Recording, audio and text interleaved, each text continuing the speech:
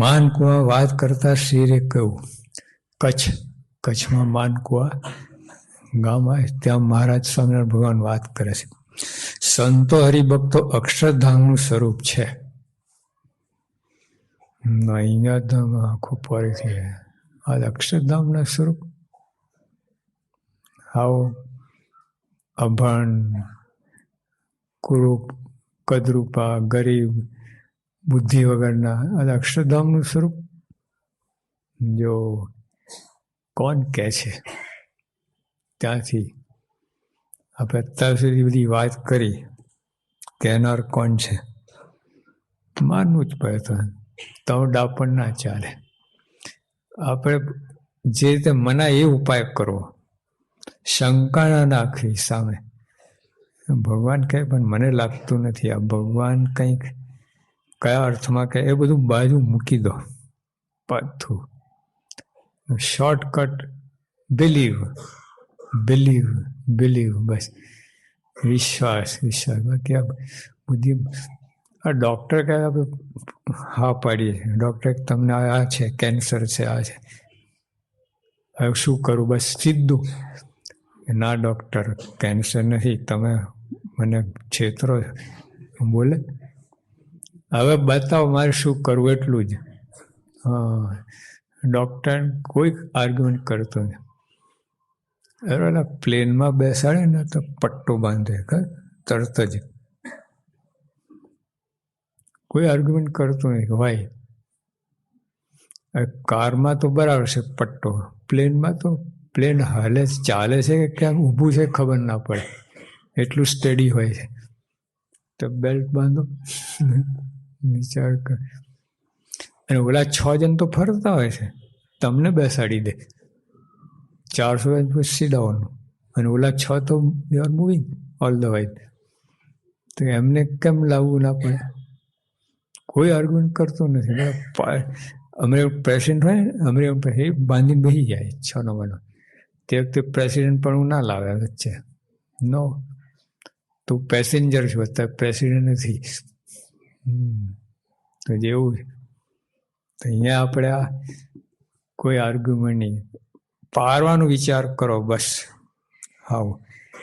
અને કદાચ શંકા થાય તો ના પૂછવું ને, પણ પારવા માટે પૂછવું. આપણે ખાલી જાણવા માટે નહીં. બહુ વર્ષ અનંત જન્મ થઈ ગયા. હવે આ જન્મમાં માંડ ટૂંકો સમય છે ને પછી એમાં હાના કરતા બધું નીકળી જશે. મુંબઈમાં કોઠારી સ્વામી છે ને, હવે પેલા ભણતા હતા ઘાટકોપર, તો એક પેલો સીતાફળવાળો આવ્યો. સંતોની ઈચ્છા થઈ સીતાફળ ખાવાની. તો કોઠારી સ્વામી કહે, કોઠારી સ્વામી હા નીકળી ગયો. પછી કહે કે ક્યાં ગયો? તો જતો રહ્યો. એટલે આવી રીત એમની. કહેવાનું શું કે આપણે હાના કરમ જતા રહેશે, બધું રહી જશે. હવે પતાવી દો, આપણે આમ ખલાસ થઈ દોરાઈ ગયા. બધું ટાઈમ બહુ શોર્ટ છે, ટૂંકો છે. એ બધું આ બધું કર્યા કરતા પારવા પર વિચાર રાખો, અમલમાં કહેતા એ એના પર. આ સામા આર્ગ્યુમેન્ટ ના કરો. વાય ને બધું ટ્રાઈડ એન્ડ ટેસ્ટેડ. હું આર્ગ્યુમેન્ટ કરું? ઓલા બુલિયન આવે છે ને, ગોલ્ડ બિસ્કિટ, ઓલા પેન્સિલ આવે છે 10 તોલાની, સ્ટેમ્પ હોય છે. ભાઈ અમે તમે બેલેન્સ કરો કે ના કરો, તો પ્યોર ગોલ્ડ. તમે બેલેન્સ કરો મૂર્ખ કહેવાય. Tried and tested. હવે હું તમે ટ્રાઈડ એન્ડ ટેસ્ટેડ છે બધું. 500 પરમહંસો વર્તી ગયા, ભગવાન જેવા સંતો વર્તી ગયા અને ધામમાં બેસી ગયા. હવે કોઈ આપણે આર્ગ્યુમેન્ટ કરવાની જરૂર નથી. જસ્ટ બિલીવ એન્ડ ગો હેડ. સંતો હરિભક્તો અક્ષરધામનું સ્વરૂપ છે. આ તો ફિટ કરવું જ પડે, આપણી દ્રષ્ટિ નથી. હવે અમે ગઈ સાલ આફ્રિકા પાછા આવ્યા ને મુંબઈ, પધરામણી નીકળ્યા હતા, તો ઓલા હીરાની દુકાનમાં પહોંચ્યા, જ્વેલરી. એટલે ભાઈ મારા હાથમાં એક હીરો મૂકે ને 30 કરોડ રૂપિયાનો, આટલું 30 કરોડ કેટલા મિલિયન, 30 કરોડ એટલે 1 કરોડ એટલે 10 મિલિયન, 300 મિલિયન થાય ને, 300 મિલિયન રૂપીઝ ડાયમંડ આટલું આ હાથમાં લીધેલું છે. Not imagination. હાથમાં 30 કરોડનો હીરો. બોલા હવે કહેનાર જે કયું જેને એ જ્વેલર હતો, એટલે એની વાત માનવી જ પડે. તમે એનામાં તો મૂર્ખના જામ કેવા. કોણ કહે છે? હજુ એમાં ત્યાં સમજ નહીં પડે. 30 કરોડ મર્સિડીઝ ગાડી કેટલી આવે બોલો?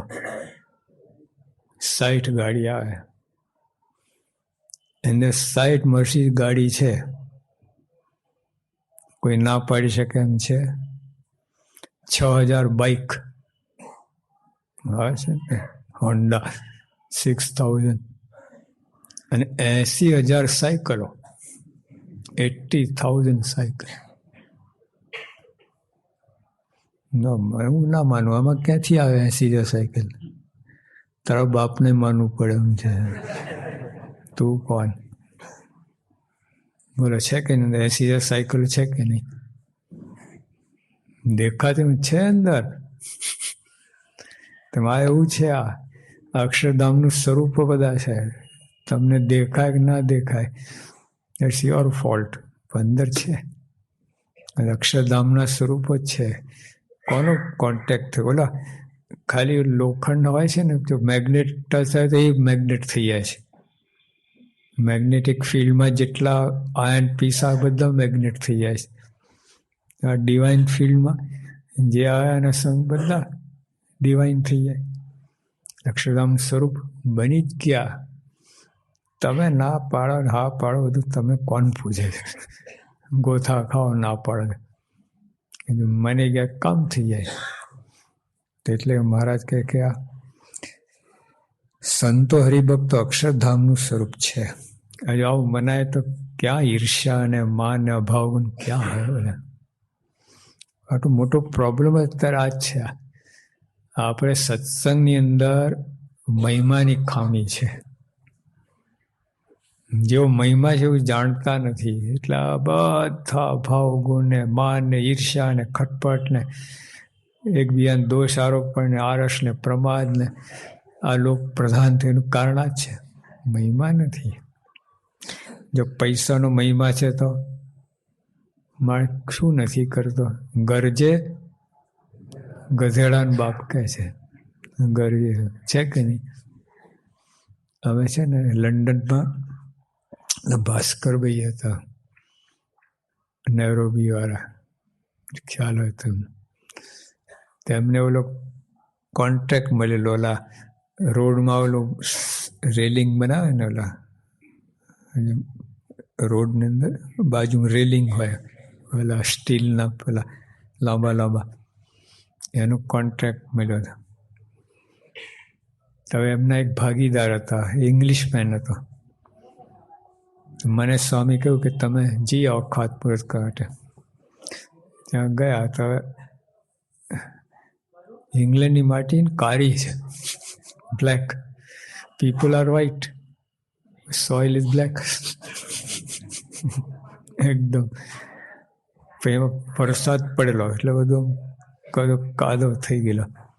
ભાસ્કર એના પાર્ટનરને કહે કે તારે રોલ્સ રોયસ લાવી છે?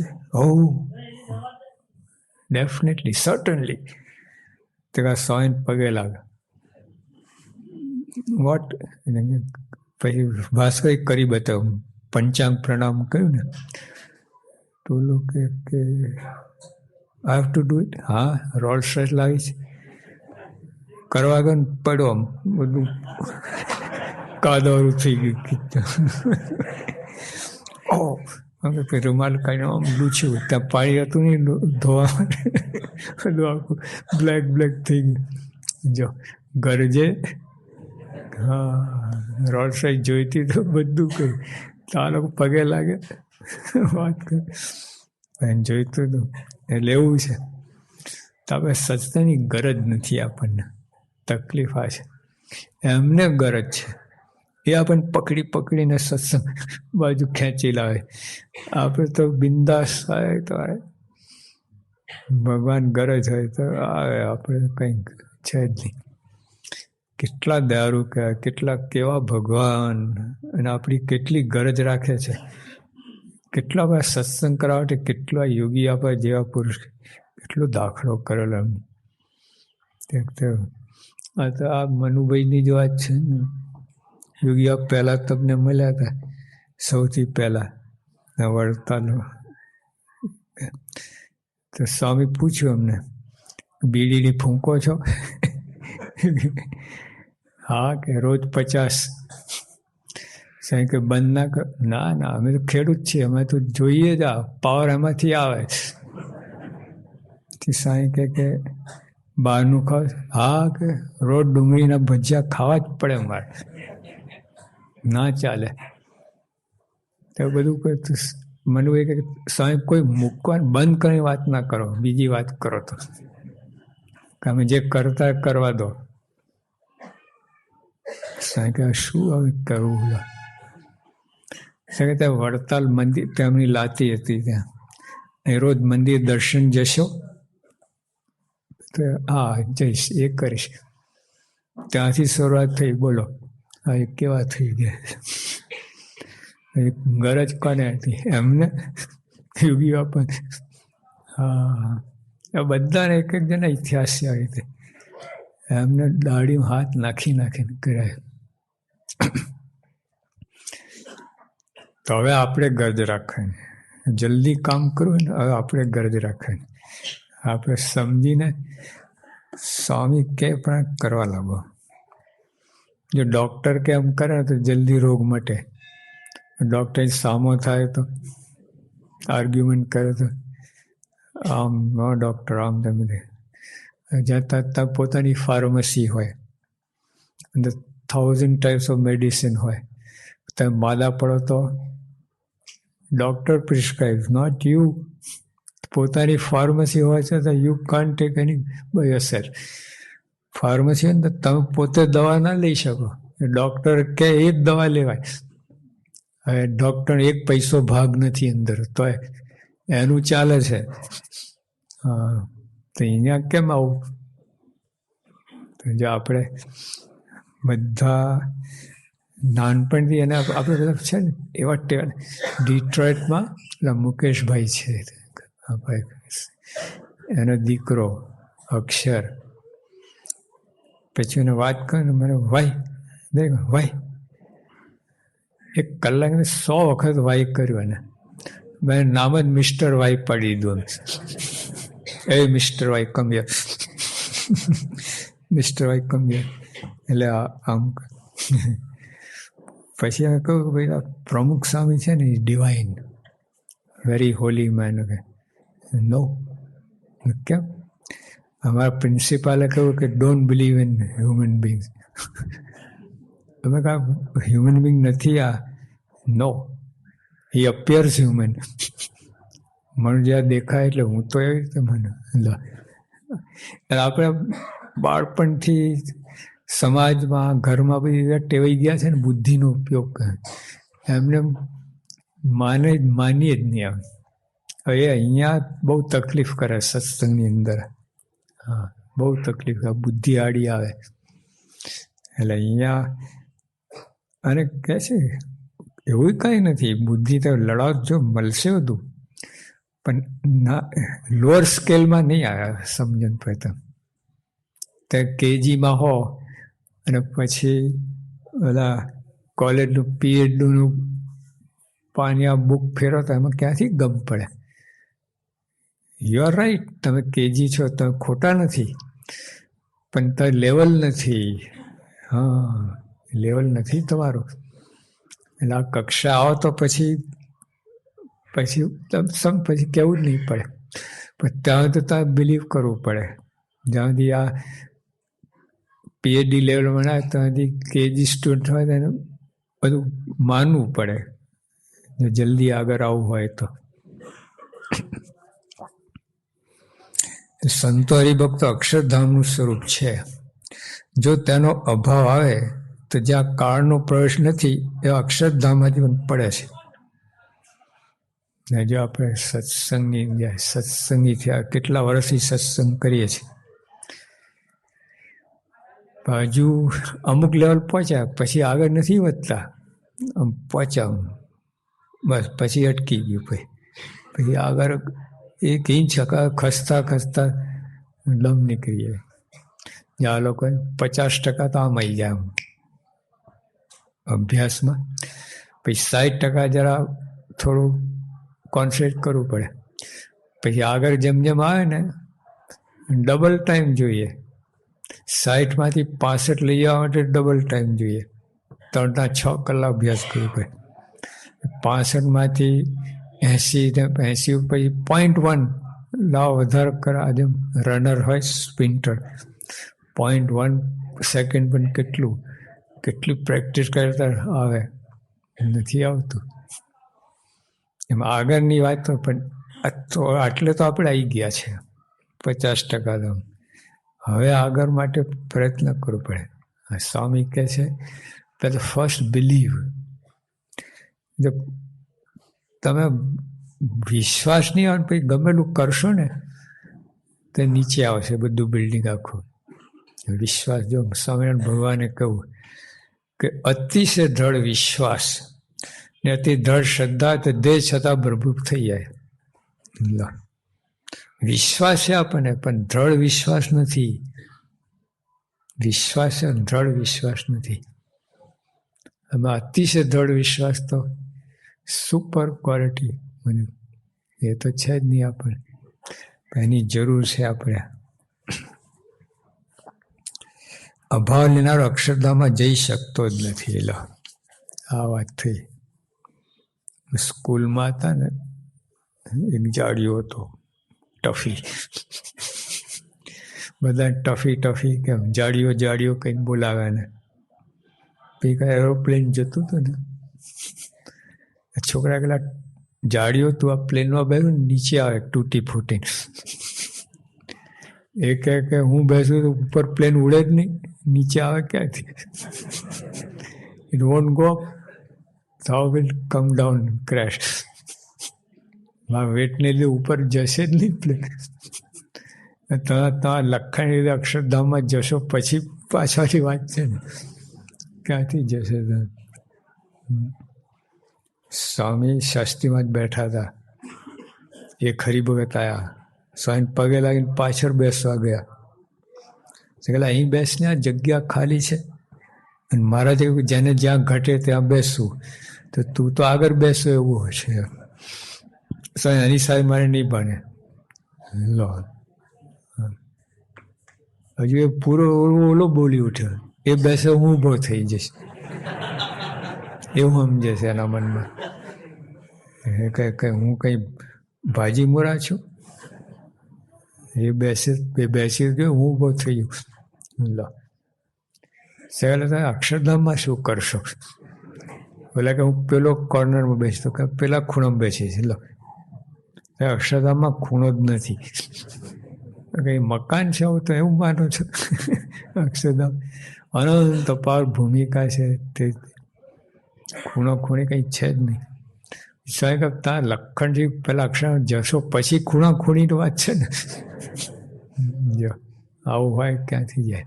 એટલે માટે મહારાજ કહે અક્ષરધામનું સ્વરૂપ માનો. ક્યાં પ્રશ્ન છે? ખૂણાની વાત જ ક્યાં છે? માનની વાત જ ક્યાં? તું મોટો ને હું નાનો, પ્રશ્ન જ ક્યાં છે? બધું ઉડી જાય છે. જો આ એક કલમમાં બધું તમારું પાર પડી જાય એવું છે. હરિભક્તોનો અભાવ લેતા જે દોષ લાગે છે, પછી તેની ઉપર વાત કરી મહારાજે. અભાવ લેનારો અક્ષરધામમાં જઈ શકતો નથી, બરાબર. અભાવ લેનારાની સહાય સંતો હરિભક્તો કરે તો પણ તેને ધામ મળતું નથી. લો બધા મંડી પડે ને તમને ધક્કો મારી તો ના થાય, જઈ જ ના શકે અભાવ લેનારો. જો આ કેટલી અગત્યની વાત છે. આ હાલતા ચાલતા ટીકા ટિપ્પણ ઓલો આવો છે ને ઓલો આમ છે ને આમ છે ને બધું અંદર હોરી હરગે છે. એલા બધું ભેગું કહી કહીને બધાને અવગુણ જોઈ જોઈએ બધું ભડકો કરતા જ જે છે. ઓલા બોન ફાયર કહે જેટલું અંદર નાખો એટલું મોટું થાય ફાયર. આવું છે. અભાવ ગુણનો ભડકો તો છે જ. પછી અભાવ લઈને નાખતા પાટિયા ખપાટિયા નાખતા મોટું ફાયર કરી ક્યાંથી શાંતિ આવે.